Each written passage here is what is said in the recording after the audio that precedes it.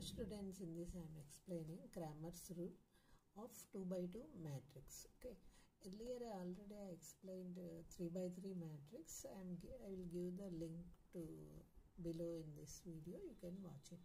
So two system equations are given. So we have to write A matrix. See, x coefficient and y coefficient. You should write in row wise manner. Okay. Same manner, x coefficient and y coefficient second row.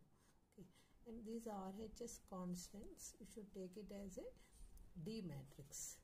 See, capital X is a variable matrix, x comma y, which is a column matrix. These two are column. This is a 2 by 2 matrix. Okay, so determinant of det A how to find means, see, cross multiply ED minus BC. So if you find the determinant of matrix A, which is, see, A into D is 2 into 1, 2, 3 into 2, which is 6, minus 4. Okay. So delta 1 means we should replace first column by constant matrix, that is 5 and 6. So 1 and 2 will be replaced by 5 and 6. And find the determinant of this matrix. So 10 minus 18, which is minus 8.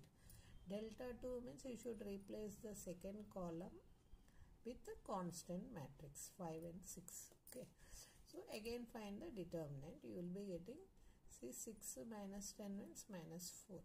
So x variable, y variable. Two variables are there because this is a 2 by 2 matrix. So x formula is delta 1 by delta, which is 2. Okay. Y is delta 2 by delta, which is, if you do cancellation, you will get 1. So x equal to 2, y equal to 1. Okay. So thank you for watching.